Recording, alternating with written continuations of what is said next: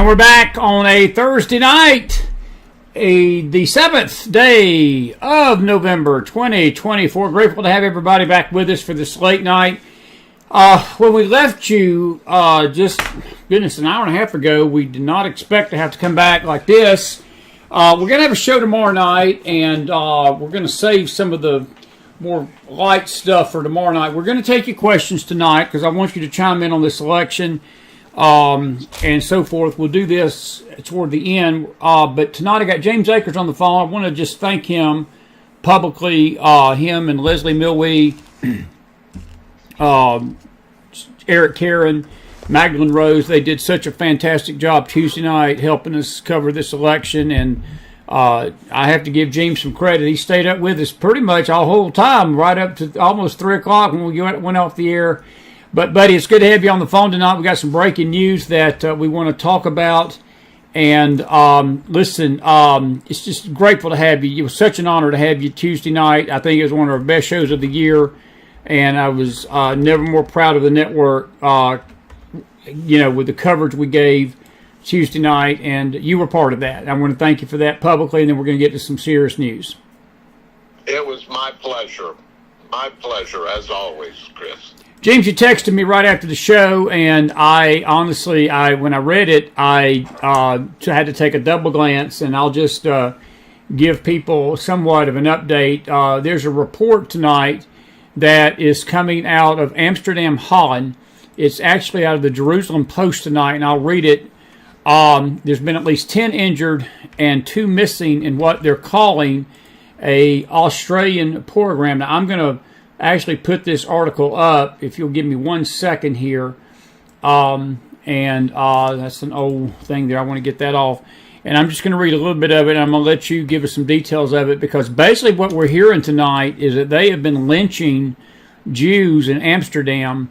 Pogrom is something that some people may know what it is, some people don't. It's basically a purge of Jews from a area, and violent attacks against the Maccabi Tel Aviv fans are taking place in Amsterdam following a soccer match that took place Thursday evening between Maccabi and Ajax. On Monday, Spain's AS newspaper reported that a pro-Palestinian group was planning to protest outside the stadium, targeting the Israeli team and its fans.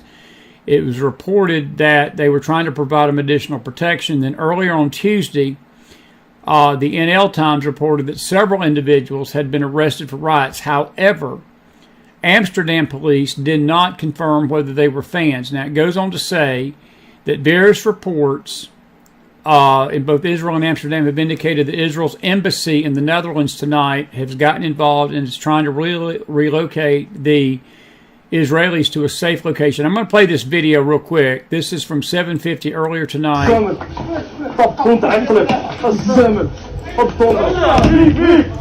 They're kicking Jews in the street here. Very serious situation. You've been getting some information there, James, from us. I'm going to come back on the screen. Please tell us what's going on there, because that don't look too good, and that is an open air attack on Jews in Amsterdam, Holland tonight. Now, my news sources came from the Middle East. The mainstream media, for the most part, hasn't touched it so far here. You know, everybody's wrapped around the axle of the election and Trump's victory in response to Trump's victory, and rightly so here. But it is becoming an increasingly dangerous neighborhood abroad. And that is best illustrated. There was a soccer match, as you mentioned, in Amsterdam. I was in Amsterdam maybe 3 or 4 years ago. Absolutely beautiful city. But after this soccer match, from what I am hearing, there were gangs of Muslim thugs that were hiding in alleys and streets, waiting for the Jews who were rooting for their team in the soccer match to come out of the stadium. Many were beaten with clubs, knives, the whole 9 yards. We're getting reports of lynchings. I don't know how credible those reports are, cars with Palestinian flags running down groups of Jews. And a number of these reports say that the Amsterdam police just stood apart and watched all of this take place. And so the embassy, the Jewish embassy in Amsterdam, is keenly anxious to protect its people. I know the Netanyahu government has sent a couple planes.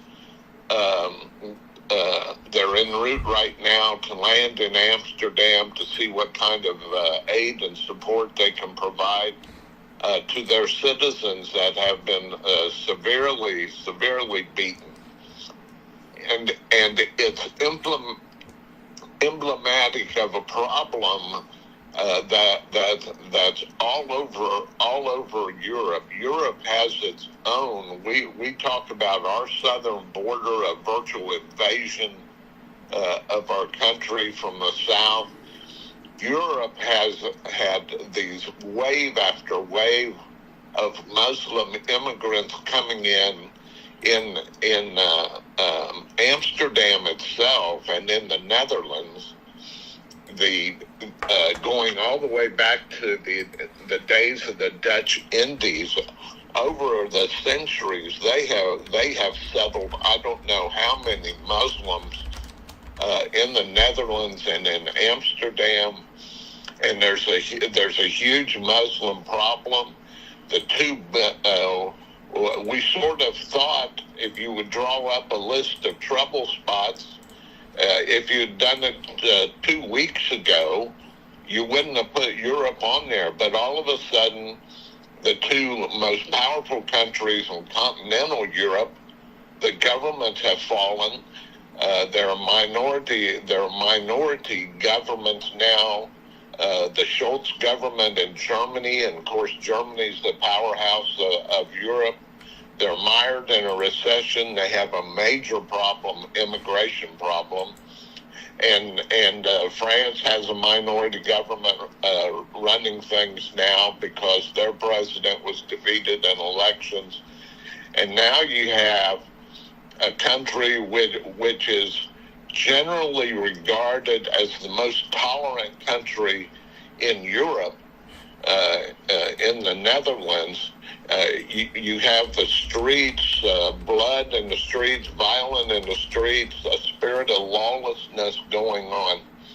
And all of this is on top of what is going on in the Middle East, where the conflict continues. North Koreans are now in the Ukraine fighting alongside the Russians. And from a report I read today, they're getting hooked on Russian pornography. And you have in the Far East, we're starting to get reports of satellite images of a Chinese buildup across the straits from Taiwan, a very unusual Chinese naval buildup. And so it is a troubled world that we're looking at. But this anti-Semitic spirit being evidenced in Amsterdam, one of the most beautiful and cultured cities of the world, and one of the sources in the Middle East was saying it harbors back to the European days of the 1930s when there was violence in the streets and the Jews were not safe anywhere.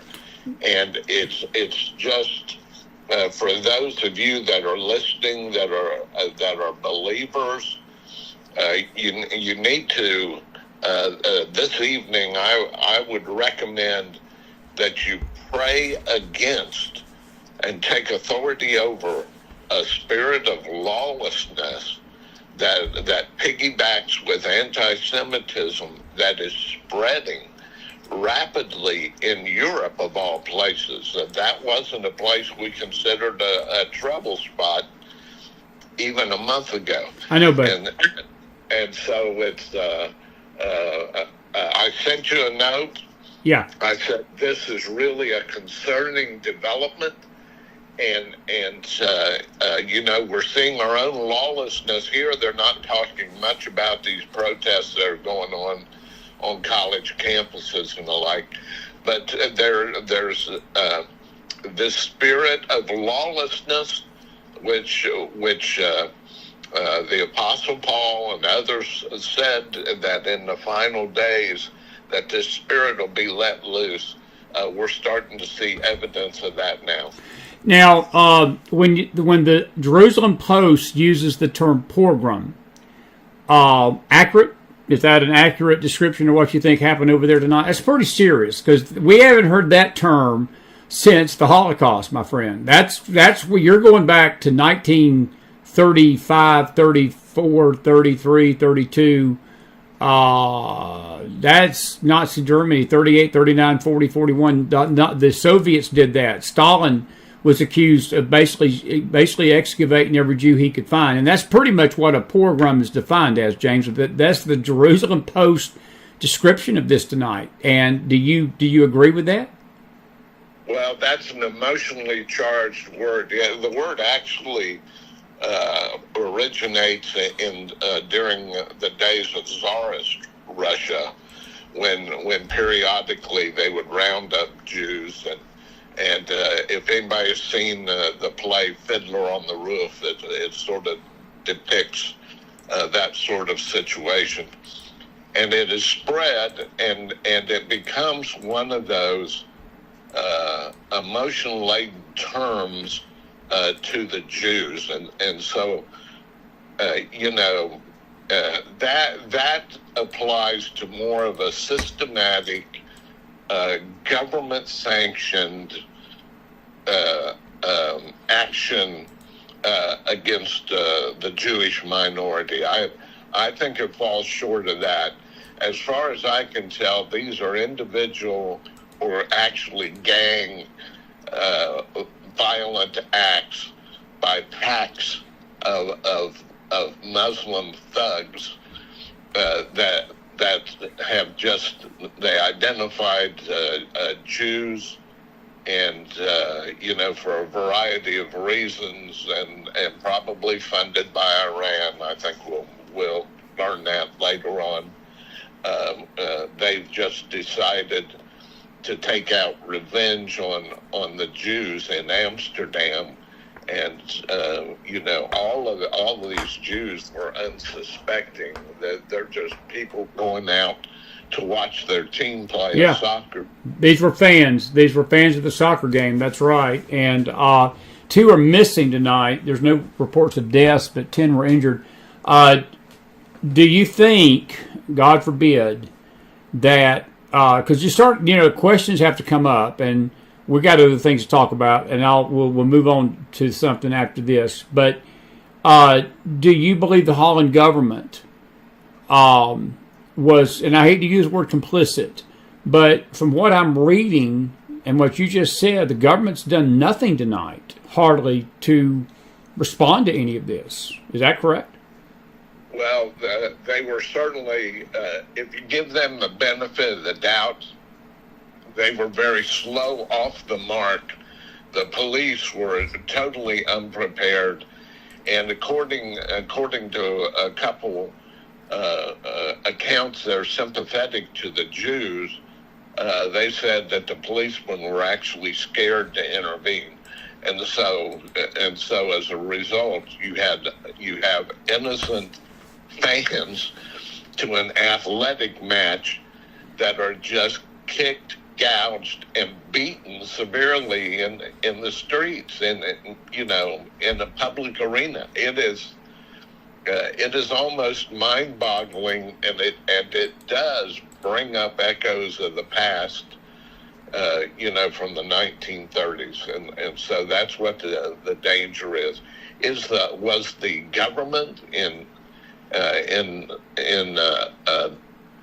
the Dutch government complicit with this? That's probably a stretch, but they were certainly, at a minimum, unprepared for it. Yeah. Prime Minister Naftali Bennett posted on X about the same thing. This happened around 8 o'clock Eastern tonight. Arabs are rampaging around and brutally beating Israeli tourists in a way that seems life-threatening, he wrote. And then he says, I'm calling on the Dutch authorities to act immediately to prevent injuries and worse. Anybody that can act, please do so now. And he tagged Minister President of the Netherlands, Dick Schoof, who has yet to address the situation. And there's the tweet there, right there. They're urging Israelis who are in need of assistance to call one of these numbers. I've got a number there. But Eli Beer, it's interesting. He took a little bit harder. He took a little bit harder tone to this, and he said, "This is what happens when terrorists are allowed into Europe." He said, tonight in central Amsterdam, young Jews were attacked by Palestinians facing attempted lynching. There was an individual that said, y'all need to verify that. Well, there it is right there, folks. There were attempted lynchings. The people were absent or arrived too late. This is happening in the heart of Europe, as you've alluded to, Jeemes. And it's only the beginning. In Israel, we confront this daily, but now it's spreading to Europe. My friend, I tell you, that's some chilling. I mean, again, overall, relatively speaking, thank God nobody's been killed. 10 injured, 2 missing. But, it reeks. Do you think this has anything to do with Tuesday night over here? Do you think that the Palestinians and the Arabs are trying to say, we know what's going to happen when Trump fully takes office, so we're going to get our final shots in before he does that? Is there any correlation between the two, or just a coincidence?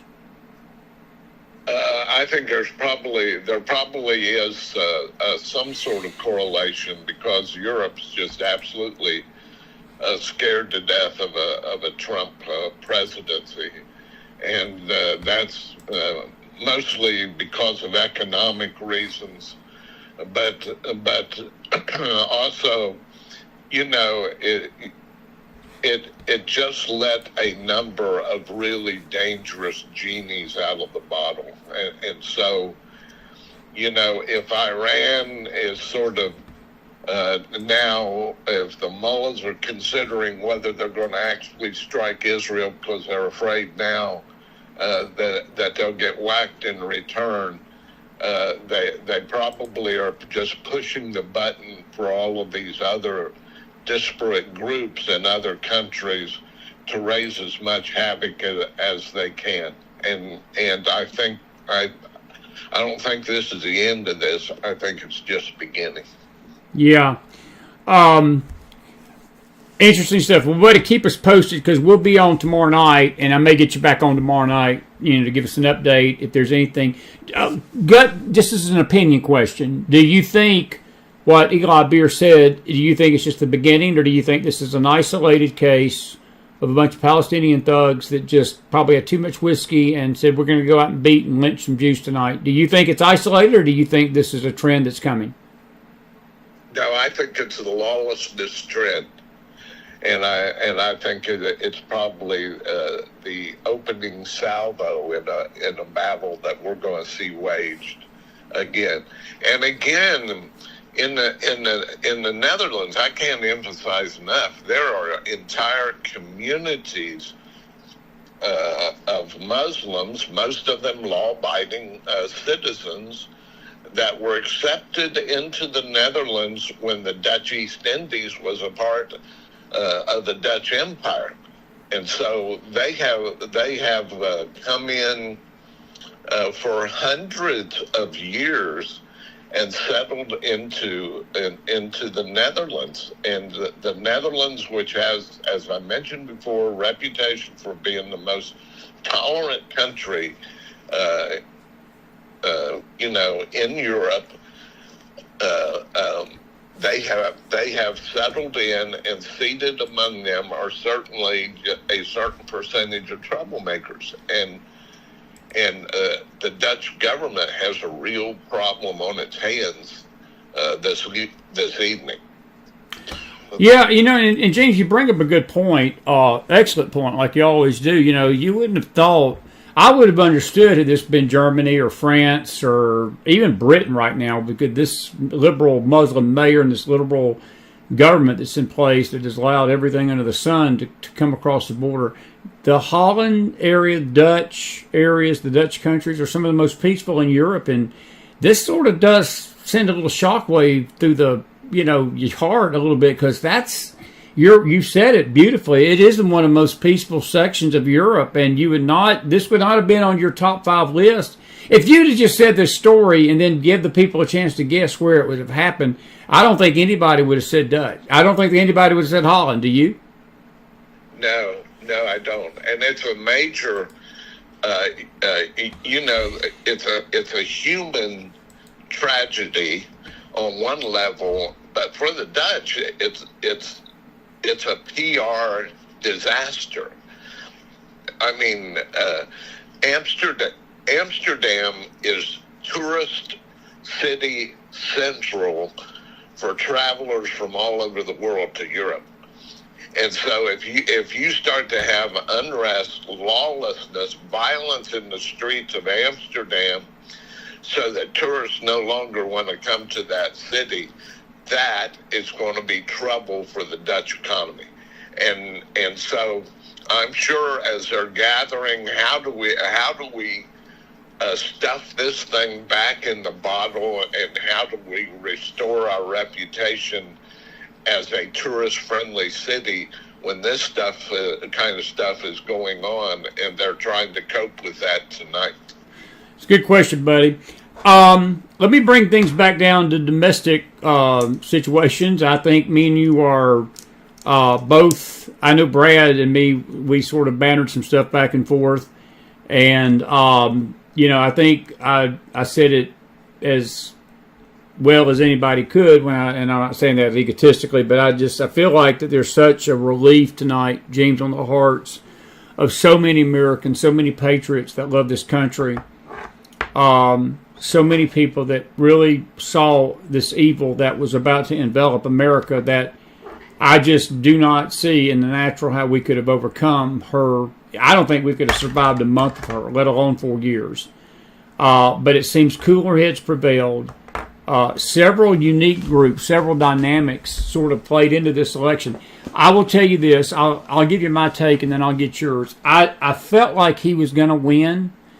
But as we were on the desk Tuesday night here, I was actually quite shocked at the margins in Pennsylvania and Michigan and Wisconsin. It wasn't that he just swept all 5 battleground states. These things wasn't even close, brother. I mean, this was a rout. He got the Senate. He got the House. He's got a Supreme Court behind him. He's got a mandate, the popular vote. The state legislators, nobody's talking about this, James. There was an upheaval in Michigan. Whitmer lost her Democrat hold. There's 59 Republicans out of 100 now that hold power in the Michigan legislature, in the Senate. And a lot of these liberal governors are about to have their wings clipped and their power stripped because of what happened Tuesday night. This was an overall rout. But I'm curious, of all the storylines that came out of that, what's your most surprising, and what's the one storyline you think's the most important? Well, like I said Tuesday night, I think the storyline is the coattails that Trump had, and that's what you're alluding to now.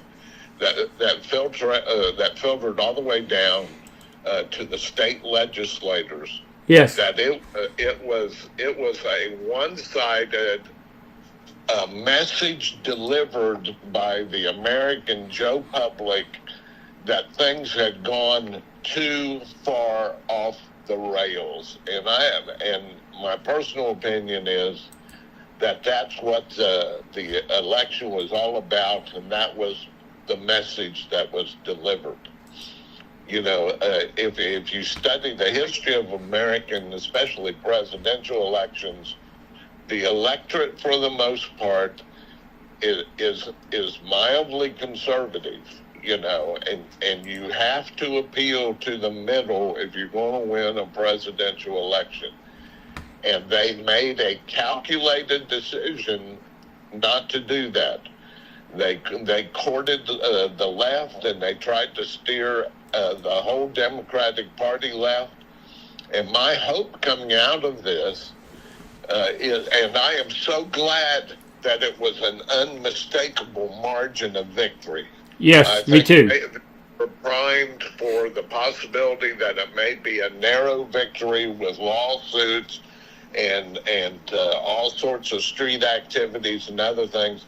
And they, meaning on the far left, were absolutely stunned at the margin of victory. It was an unmistakable message that was sent to them. You have drifted too far left. And my hope is that the Democratic Party now will trend back towards the middle, where it enjoyed its greatest success for so many years. And they just sort of say to the far left-wing nut jobs in the party, you guys will ruin things for us for the next 4 election cycles. Yeah. We are coming back. We are coming back to the middle, or we'll never win. We won't win another election in 20 years. Yeah. What did you think of Biden's comments today? Because he was gleeing. He was actually laughing about the whole thing when you get down to it. Well, I thought it was interesting. There was a bit of an exchange in the newsroom with the young lady that's the Biden spokesman, and a Fox correspondent. Yes. And there was one remark she made that I thought was really interesting. She said, well, President Biden's the only one that has defeated Trump in an election. And that was that was an open slap at Kamala Harris. I'm not sure that the way Biden was treated, that he's not sort of, just saying, you guys pulled the coup and pulled the rug out from under my feet and see what happened. And I'm not sure he's not taking it in a bit of a different perspective than he would have taken it if he was a candidate. I asked Brad this. I'll ask you this. Do you think that the result would have been any different Tuesday night had he stayed on that ticket? No, because it was obvious. He would have tried pretty much the same tactic as she did. Because his reasoning capabilities are diminishing so rapidly and so obviously that he would have had trouble campaigning. They would have had to hide him in the basement to keep him from embarrassing, public settings. And so the result would have been, in my view, the result would have sort of been the same. It was about policies. I mean, you can't tell people that they're living better now than they were 4 years ago when they go to the grocery stores and the gas stations, and they know it's not. And that was their problem, is that they did not, at least they weren't able to get out the narrative that they have made the economy better, when a common sense test told you, no, it is not getting better, and there are problems. No, we haven't controlled this largest invasion in history on our southern border. Yeah. And there were those policy things that Biden would have been saddled with as well. I'll agree. Yes. I think the result would have been similar. I feel the very same thing. I do have to ask you, the only looks like the House is going to stay in the hands of the Republican by a slim margin. Brad said roughly we'll have about a five vote majority, where we had 8 after 22. The Senate solidly in the hands. We could maybe go up as high as 54, 55. It looks like we're going to settle at 53. Kerry Lake in Arizona looks like we can't get a good read on Kerry Lake right now. Have you heard any update on her race? I know that some reporting outlets are saying she's lost. Some are saying it's too close to call. What's your latest that you hear on Kerry Lake in Arizona? I haven't heard anything, so I don't have anything that's fresher than what you have. Okay, so. Fair enough. Anyway, what was your biggest surprise Tuesday night? I know we talked about the margins, but what was your biggest surprise coming out of Tuesday night? What group shocked you the most that came out and really supported President Trump? Oh, the coalition that he put together that eroded traditional Democratic strongholds for the last several election cycles, whether it be Latinos, African American young men, the young in general. I think there was the standard wisdom going into the election was that the young would turn out in massive numbers for Kamala Harris. That didn't happen. The unions, which were previously a stronghold of Democratic control. He made inroads into the union vote, and just about the women did not go by the margin that they expected to go to Kamala Harris. He made inroads into all of the traditional Democratic political strongholds, and that was an amazing feat. And I think when historians look at this election 10 years from now, that may be right up at the top of the list of the amazing things that happened during this election. Yeah, I do too. I think so too, buddy. And I will say this, the Jewish vote, even though he didn't win it with a majority, he made inroads there too. And yes, hopefully that's going to bid well for the future. Final couple and the Muslim vote, yes. Very interesting. Yeah. Do you think that the left's going to take this sitting down? They've been very subdued for the last 48 hours. Maybe it's shock. Maybe it's just that they're regrouping, going to plan something crazy. Do you think we get to January 20th without any major incidents, or is it too early to tell what's going to happen from here? Well, it's too early to tell for sure, but I think the margin of victory makes the chances much more likely that we'll be able to navigate this period until Inauguration Day.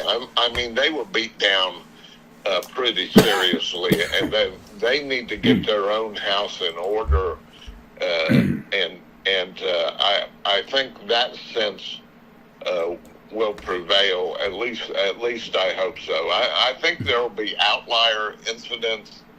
Yeah.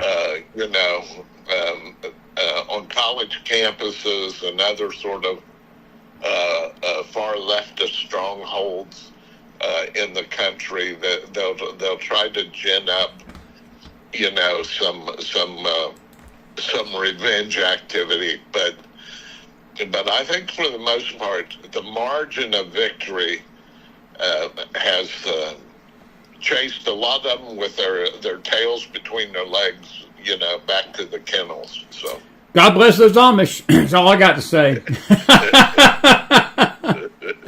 I will never, ever, I said this tonight to Brad, I will never, ever make another joke about the Amish in my entire life. And next time I see an Amish up in Pennsylvania riding a horse and buggy carriage, I'm going to get out of my car and offer him a ride in my car and thank him. Get on the ground and thank him for saving the country from itself Tuesday night. Buddy, always a pleasure to talk to you. Listen, keep us posted. I may see you back here tomorrow night. Thank you again for being with us Tuesday night. You were a camper, and it's been a great year getting to know you. It's really been a great year getting to know you and your family, and looking forward to fellowshipping with you again soon down here and up there in the Cincinnati area. And we appreciate you being on the McFiles with me late night tonight, buddy. It is always an honor for me, Chris. Glad to talk to you and that marvelous audience that you have. And, you know, as always, God is on the throne and showed up to honor the prayers of millions, I think, this time around. I'm with you, buddy. We were headed towards disaster. Yeah, and I think Julia Carter makes a good point. I think when we saw him take Erie County, that was a bad, bad sign that things were not going to be going the Dems' way Tuesday night. That Erie County, you mentioned it Tuesday night, he won Miami-Dade. I mean, what Republican presidents ever done that? Not many of them. I don't think any of them have. No. There were several historic firsts in this election, and to God be the glory. I know the Republican apparatus worked hard to get the victory, and there will be a lot of them that are slapping themselves on the back, and perhaps rightly so. But to me, the big difference was when that group spontaneously broke into singing that song about God. Yes. After Trump's speech in the back corridors. That would have never happened with the Democrats. How great they are. And not only that, Jeemes, but there was another video I saw, and we're going to play it tomorrow night, that somebody recorded in Manhattan, New York, of all places. They were singing, I can't remember the worship song, but it was a worship song, and that was in the heart of liberalism of New York. And I just think that God moved in a sovereign way Tuesday night, and like you said, to Him be the glory for all this. Nobody can take credit for this but God, and that's how I think He always ordained it to be. Yes, and my prayerful thought is that I hope Donald Trump recognizes that. That's a great point. Yes, and that he sort of has that real estate, the dog-eat-dog man, New York personality about him. It's us versus them. But I hope he realizes that it was millions of people on their knees praying to God to turn the course of this country that got him elected, and I hope he never forgets it. You know what I'm shocked at? Not shocked, but you know what I'm just sort of smiling at about inside is that a lot of the people that God used in the biggest of ways in this election are people the church at large, the institutionalized church, would have rejected, and they did reject. I saw some of the most nastiest, ugliest things posted about Elon Musk by Christians. Yeah. Over the last 3 or 4 weeks. And it was like God used him and Tucker Carlson, other people that, again, on the surface, people would just throw out and say, well, they're not Christian or this and that and the other. And James, that's how God operates. He uses things the world rejects, and He uses people the church rejects to get His accomplishments. And I will tell you this, the evangelical vote did not show up. It's crazy. I know people think it was about the Christians Tuesday night. It was not. I wish I could say it was, but we had the lowest evangelical turnout in the history of elections. Now, the ones that did turn out, 89% of them voted for Trump, which is good. But the overall turnout for evangelicals was the lowest it's ever been. That tells us that God, and I hate to say it like this, God doesn't need us. We need God. Because God will get His purposes done with anybody He wants to. Correct? And I'll let you wrap it up on that and we'll say goodnight. That's right. Well, all I have to do is look in a mirror and see, God uses the most unlikely people, to do things for Him.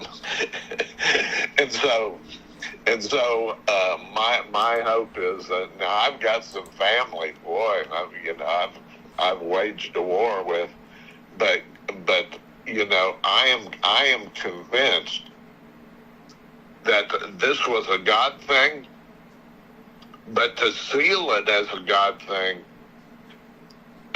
Donald Donald Trump has to recognize that it was a God thing. I'll agree with that. We'll talk about that maybe more tomorrow night. I think that's a good discussion. And I'll call you back. I'll give you time, and we'll come back. And definitely next week, buddy, we'll have you on quite a bit. You're becoming a regular co-host. You want to take that title? And there's no pay to it. I can't feed. The only thing I can do is buy you hot dogs when I come to Cincinnati. That's about the only thing I can do for you. Hot dogs are enough. Are enough. Sounds. I'm just honored to be on the program with you, Chris, and like you said earlier, I just really thank God for this thing that we have going, and I just hope it gets deeper over the years. Me too, buddy. God bless you, friend. I'll be in touch with you, and have a great weekend. You too. Take care, my friend. Jeemes Akers, everybody. Put some fire in that house for him. I want to address something that just popped up. And again, we get a few yahoos in the chat from time to time. He says, football fans are fighting. No one got lynched. Stop it. Well, Mr. Hawk, let me remind you, we're just reporting what's being reported. So if you're going to tell somebody to stop it, please tell the Jerusalem Post and the Times of Israel, and even some American newspapers are catching on to this late tonight that it happened. The mainstream media ain't going to say it. But I'm just going to quote two people. Raz Amir literally says the Dutch police sold us so that the Arabs would lynch us, and it seemed like a planned and organized pogrom in Amsterdam. And then we had the quote from the Eli Beer. He said, "This is what happens when terrorists are allowed," and he said. Young Jews were attacked by Palestinians facing attempted lynching. Now, could we have maybe put attempted in our subject line? Probably would have been okay. But we were getting word that there were lynchings in Amsterdam, Holland tonight, and we will correct the title. But let me make no mistake about this, you anti-Semitic dogs and you anti-Semitic pathetic thugs out there tonight. This is not something that's isolated. It's going on, and if they would have been able to lynch him, they would have. Let's just be straight and stop the BS and stop beating around the bush about it. That's exactly what the world wants. And that's exactly what the Palestinians want. That's exactly what the UN wants. And I hate to say it tonight, it's evidently what the Dutch government did, because the Dutch government sit on their sorry blanks and didn't do a blanking thing to come to the assistance of the Jews. It burns my blood. It burns my blood at this apathetic view toward Israel and this apathetic view toward the Jewish people, and now it's infected Europe. And folks, we are living in perilous, dangerous times. Perilous, dangerous times. So I'll stay with what I put on my title. There were lynching attempts tonight. There were the word pogrom. They used it. Look, the Jerusalem Post is just quoting people in the Israeli government, and also in the Dutch government evidently used that term. This was an attempted effort to eradicate the Jews wherever they could find them tonight. Now, were they football fans? They were soccer fans, yes. And right now, the only figure we have is 10 injured, 2 missing. But I look at this like I do the situation that took place in Paris in 2019. Or maybe it was 2015, come to think of it. It wasn't 2019 because I wasn't on the air then when this happened. I was in Gatlinburg, Tennessee, visiting some friends that night. On a Friday night, we were sitting in a restaurant, and it came on the television, the Muslim attack on Paris. And dozens got slaughtered in the streets of Paris. It was an unreal terrorist attack. Very similar, eerie to what happened in Israel in October 7th of 2023. And people were aghast by it. They were shocked at the brutality. They were shocked at the brutality that the Muslims did against the Jewish people. And there were cars being ran into crowds of Jews. I mean, it was ungodly, that terrorist attack in Paris. Going on 10 years now. Every time one of these attacks take place, the world ignores it. It blames Israel.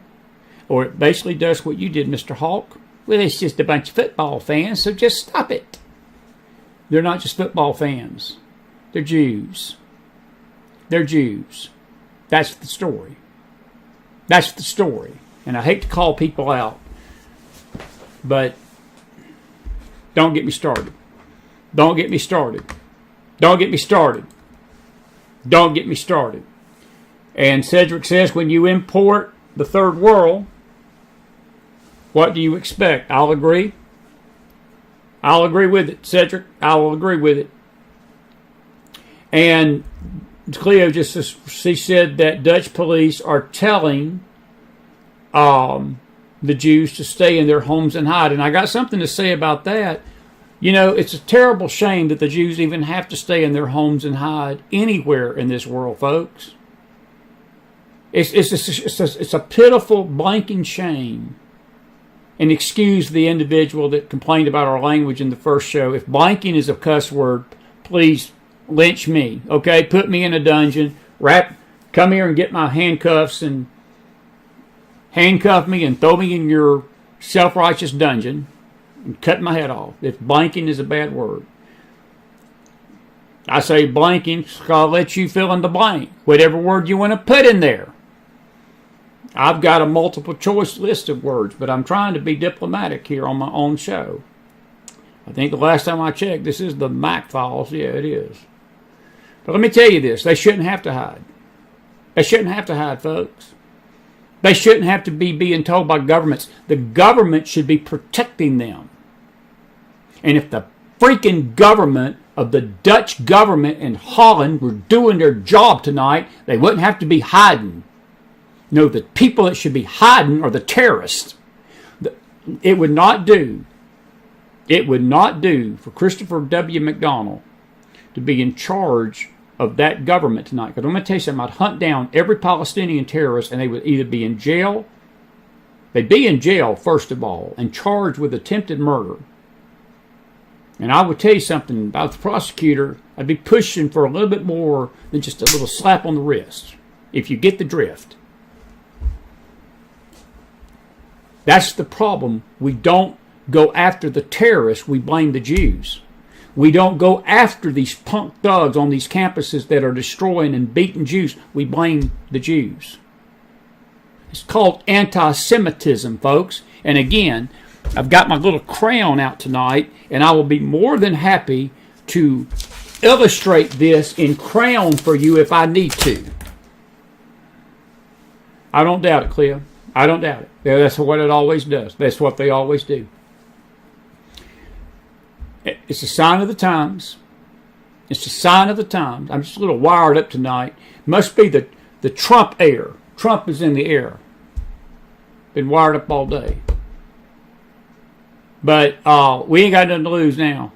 I told James R. today, I sent him a message. I said, buddy, we've been in these trenches for 7 years now. And I said, I felt like Tuesday night, there was a moment in this that I said, my job is done. My job is complete. I've poured my heart out for 7 years trying to keep people grounded, trying to get Trump back to the finish line. And when I saw those results come in, I laid my head down Tuesday night. There was a part of me, just a little bit of part of me, said, Lord, I can wrap this up, can't I? And go my merry way. And the Lord said, nope, you can't. Nope, you can't. The fight is not over. The fight's just beginning. I ain't going nowhere.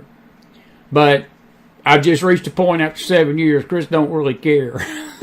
He don't care what people think about him. You can trash me all you want to, say what you want to about me. Don't mess with my guests and don't mess with the listeners, because that will get Papa Bear very upset. Anyway, I'll amen myself. I'll amen myself. And some folks are about to get himself blocked, looks like. Let's see here. It is horrible for Jews being so unprotected, so now they have to hide in their homes. I'll agree. I'll agree, Susan. I totally agree. I'll agree. I totally agree. And thank you, Deanna. Well said, McMahon. I got one fan out there. Carol Smith says, if incidents like this keep happening, do you think Jewish people will think about moving to Israel? Carol, it's funny you bring that up. It's a spiritual question. We may talk about that in the morning. But I do. I think all of this anti-Semitism in Europe and this anti-Semitism in America and this anti-Semitism in Asia and the islands of the sea and really all over the world, it's driving the Jews to go home. Because right now, despite what people may think, the safest place to be is Israel. It's a great question. And yes, I do. I do. I think it's God's allowing it. I don't like it, and I don't think that if the government was doing its job, they wouldn't have to hide in their houses. It's about like the American government telling us that we are fascist and racist and bigoted for saying that an illegal that's coming over here killing people and raping people and murdering people shouldn't have been here to begin with.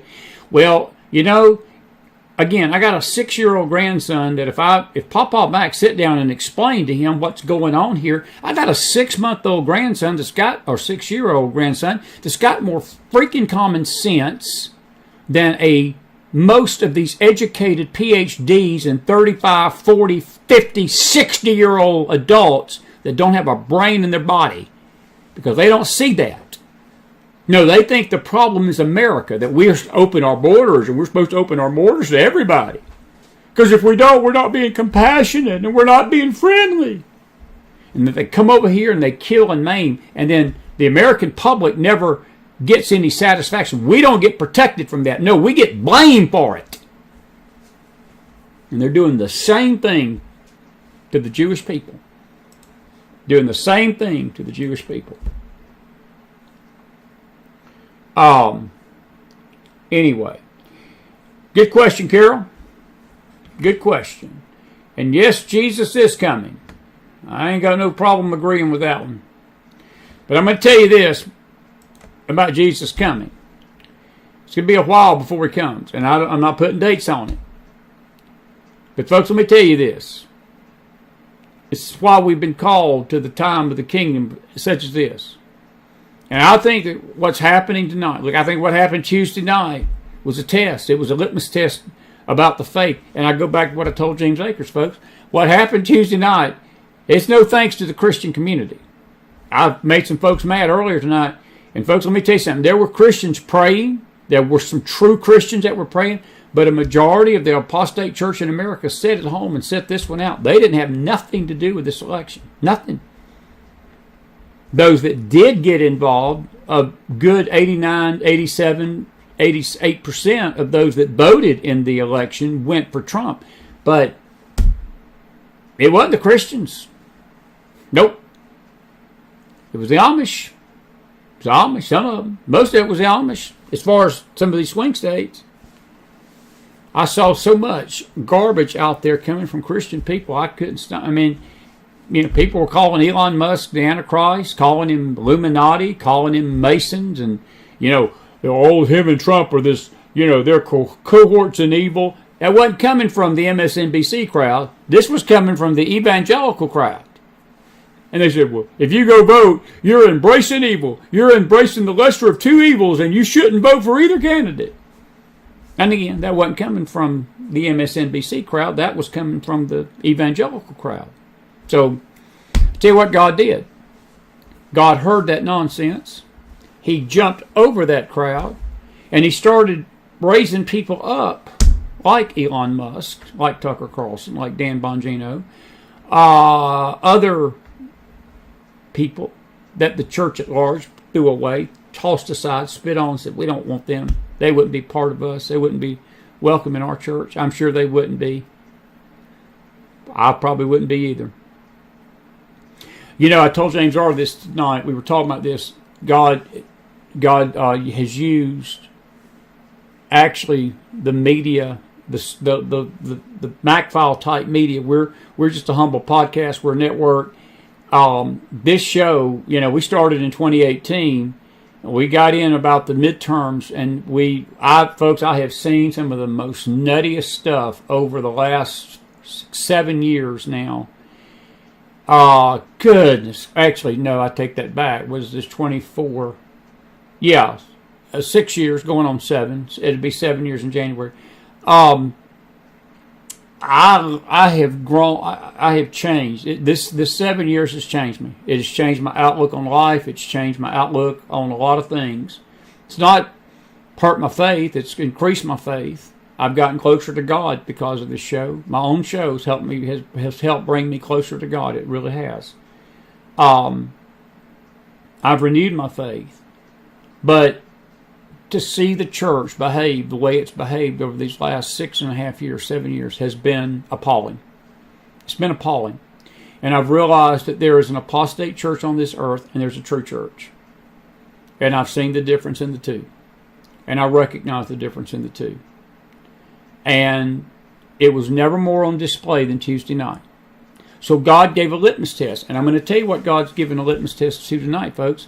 He's allowing this anti-Semitism to rage because it's a litmus test for the church as well.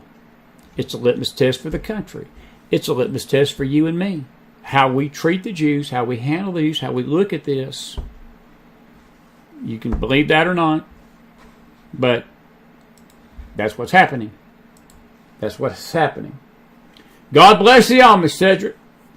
That's right. Jennifer, that's a great point. He used people like Scott Pressler, and I'm not, you nailed it, because a lot of people don't understand who Scott Pressler is, and I've met Scott, and he's not hiding his past. He doesn't hide who he is, and the church would have probably not liked that too much, but God used that young man to help get out the vote. Get out the vote. And again, the evangelical community, they either voted for Harris or they just sit this out. It's a good point. It's a great analogy. It's a great analogy. He was one of them. Got a question, folks? Time to answer. We're right at an hour. I'm going to go about another 10 minutes, 10, 15 minutes. Good to see all our Facebook audience in there tonight. Good to see Elaine Willard. Good to see Joan Mertz. Joan's new. And let's see. Ghana kids, the Smoky Mountain girls in the house. Tim Neal Sr., Anna. Corey Aguilar's up tonight. Corey, good to talk to you yesterday. It was always a pleasure, dear. Roger Hooker, Jeannie Castellanova, one of our prayer warriors from Monday night. Good to see you, my friend. Great job. Thank you for praying for the nation. All of you that participated. Elaine prayed for the nation. All of you. Cheryl White, too. Good to see you tonight. It was really, I want to thank everybody, and I hate to start calling names because I'll miss people. Every one of you that called in, or we called you, and you prayed over this country Monday night. Thank you. Thank you. Thank you for answering that call. I really deeply mean that. It was so needed. We thank you. Jay Morris, can RFK get the definition of vax redefined back to 2019? Jay, I don't want to get into all of that. Look, RFK was another one. RFK's a raging Democrat. There is not one single thing that I agree with on RFK politically. I don't, except what he had to say about the vaccine. Because he basically called it out for what it was. It was government control. And he was warning people the dangers of it. Some people listened, some people didn't. It's freedom. You had your right. You wanted to take it, take it. You didn't want to take it, don't take it. It's up to you. It's freedom. And I think that was the message to all we were trying to say on the right, was basically that I didn't care. I know a lot of these people on this right loon being, there was people in the church that was claiming people was taking the mark of the beast. That's how many nut jobs we got running around the church. We had some that was condemning their family members to hell for taking it, condemning people, which they shouldn't have. let me tell you this, folks, those of us that chose not to take it, we were always complaining they were forcing us to take it. Well, if you're going to complain about that, you cannot be a hypocrite and then tell the person that is taking it and condemn them for it. They got the same right to do what you've got to do. My issue about the whole thing was a freedom issue. I understood there was stuff in it that I wouldn't have never put it in my body in a million years. But I got family members that did. I didn't disown my family because they did. I didn't alienate my family because they did. I didn't condemn them at turkey dinner because they did. And I didn't expect them, if I didn't take it, to alienate me. But that's what happened, wasn't it? It divided our country. It divided families. And people still ain't speaking to each other 5 years later after that. RFK was used by God to help Trump. Because I believe he brought in a lot of moderate Democrats. I do. I think he brought a lot of these people that were on the fence in the Democrat Party, and they said, we've had enough of this crap. We've had enough of the AOCs. We've had enough of the Ariana Presleys. We've had enough of the Rashid Tlaibs. We've had enough of Nancy Pelosi. We've had enough of Gavin Newsom. We've had enough of Joe Blanking Biden. We've had enough of Kamala Harris. We've had enough of we've had enough of Oprah. We've had enough of the Obamas. We've had enough of the Clintons. We've had enough of the whole Democrat machine. And RFK, we'll never probably get the true figure of the people that voted for Trump because of RFK's influence. That was a man that was used by God, despite all of his personal beliefs, folks. And I guarantee if RFK was coming on this show, Chris I'd have to gag my tongue to listen to him. I'd probably not agree with a thing he said. But I respect him for standing up for President Trump. And President Trump, I love President Trump. That's what I love about it. In his speech Tuesday night, he literally told Robert, he said, keep your hands off the energy policy. But I'm going to let you take care of the bureaucracy. I'm going to let you cut the government, and I'm going to let you fix this health problem. But don't touch my energy policy, because they disagree on it. See, folks, that's the key to healing our country. That's the key to making this country truly great. When you got two people with diametrically opposed views that can get along and work together.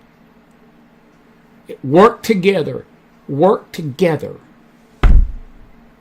And we on the right were just as guilty of alienating everybody we don't agree with as we claim the left is.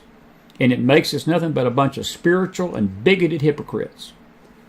Because we're no better. And you don't have to agree with that.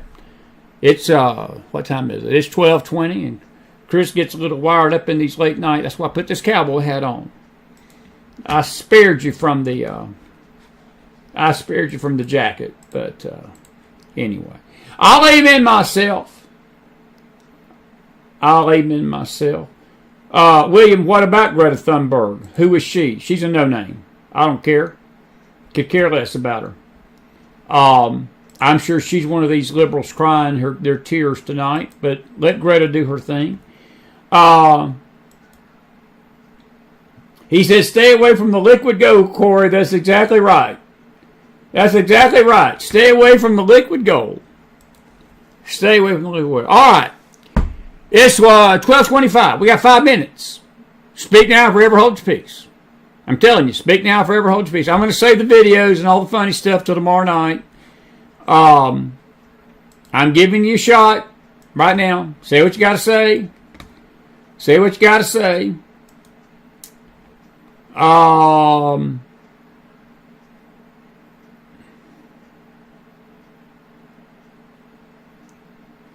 Julia Carter says, won't be surprised if something like that happens soon here, speaking of what happened to the Jews tonight in Amsterdam, because of the military-age men that came across our border. I don't trust that something is not going on. Julia, I tend to believe that, but I think that James made a good point. If they're going to do something, this is just my opinion, I think if they're going to do something, they're going to do it quick. Because, look, come January the 20th, there's a new sheriff in town. He's an old sheriff. He's a former sheriff. But that former sheriff's back in power. He's a lame duck. He's got nothing to lose politically. He ain't campaigning for re-election.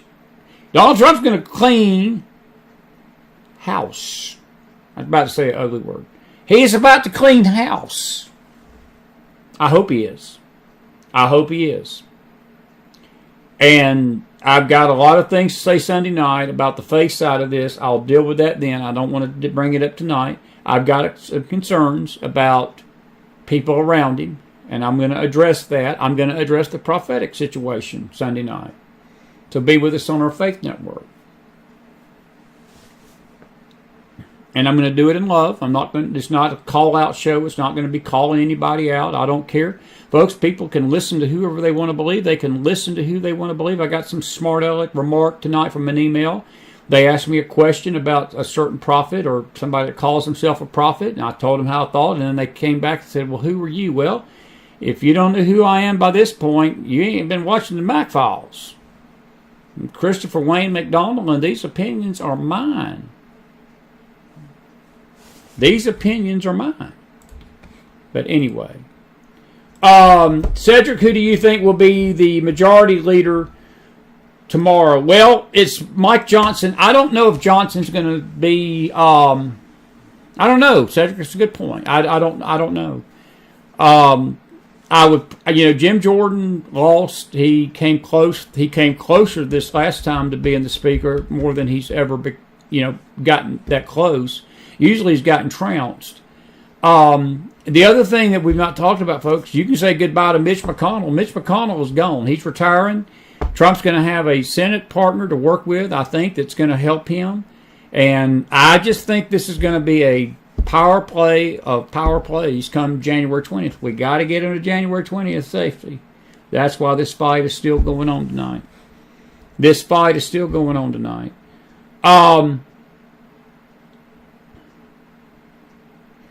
And Rainbow, your point is well taken. God has chose many, and I wouldn't call them bad men, to bring his glory for our good. I would just say like this. He's chosen people that may not have faith in Jesus. They may be profligate sinners, Rainbow. They could be people we would call heathen.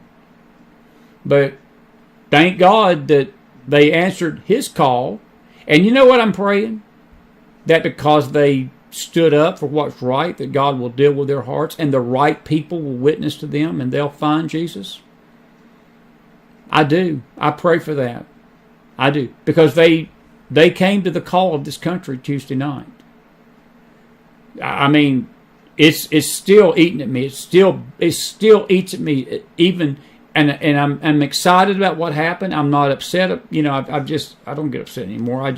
But I'm just saying, there's just this part of me that I recognize, just if you can just fathom that God could not even depend on his own church fully. I'm not talking about the whole church. There were elements of the church that came and prayed and they voted and they did exactly what God had ordained them to do. But a majority of them did not. And in spite of all of that, God brought this great victory. He's the only one that gets glory. And I'm going to deal with why the prophets are not... I wouldn't be taking a victory lap if I was these social media popcorn prophets tonight, because it wasn't about them. They think it's about them, but it was not about them either. And you people out there following them like a bunch of cult followers and a bunch of celebrity paparazzi, spiritual paparazzi, you should be ashamed of yourself. And God forbid, and I hadn't brought this up, but it is late, and I got 3 minutes. I'm going to use all three. God forbid this Q movement resurrects itself from this ashes of what's happened Tuesday night. God forbid. God forbid. God forbid. Anyway.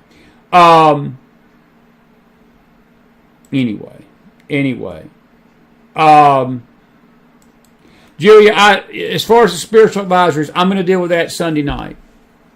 I don't see him doing that. I don't see him doing that. But I tend to agree with you, but I don't see him doing that.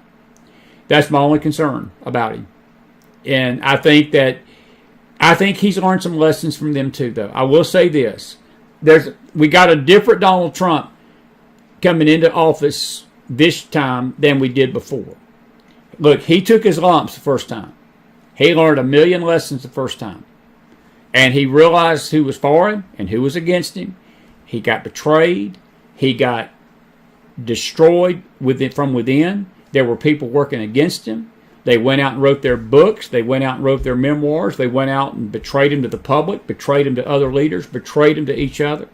And some of the spiritual leaders did the same thing. So I pray that perhaps, and I think that there's been a house cleaning in that group. So I wouldn't lose any sleep over his spiritual advisors. I think Trump's aware of those that he can count on. I may not like all of these advisors, but I'm going to I'll just put my personal biases aside and say, Lord, whatever President Trump chooses, let it be the right people around him. That's all I can do. And I think that's ultimately all any of us can do. Anyway,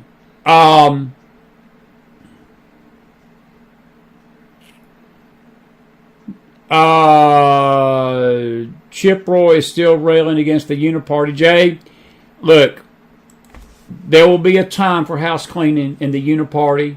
I'm not going to disagree with Chip Roy, but if I was Chip, it's amazing that Republicans cannot. We always snatch defeat out of victory.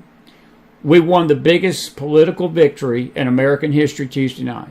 What happened Tuesday night may never, ever be repeated again, as long as we're all living. I like Chip Roy. I wish Chip would just hush right now. I would just wish he'd hush. We need to enjoy it. Let Trump get in. We'll worry about the Uniparty next year. Right now, I'm just worrying about getting President Trump to January 20th. And Chip Roy would be better off just to hush. That's all I got to say about that.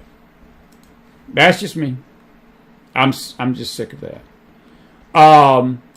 Rob, you say, do you think that Jimmy Carter is going to croak? I don't know, Rod. He did not get his wish, though. He said he was staying alive to vote for Kamala, so I don't know. Look, I got my opinions about Jimmy Carter. Look, we do not wish bad things on anybody, including Jimmy Carter. We don't wish death on him. He's 100 years old. I mean, the reality of it is he's not going to live much longer. I mean, that's just the reality of it. He's 100. He's very poor health. But I will tell you this, Jimmy Carter's going to go down in history, folks, as one of the most anti-Semitic presidents we've ever had. And even though they rewarded him the Nobel Peace Prize, other than Obama, there was nobody more anti-Israel and anti-Semitic than Jimmy Carter. And I would say Biden and Harris were right up there with Obama, but Carter and Obama was probably 1 and 1A when you think about it. Hated Israel.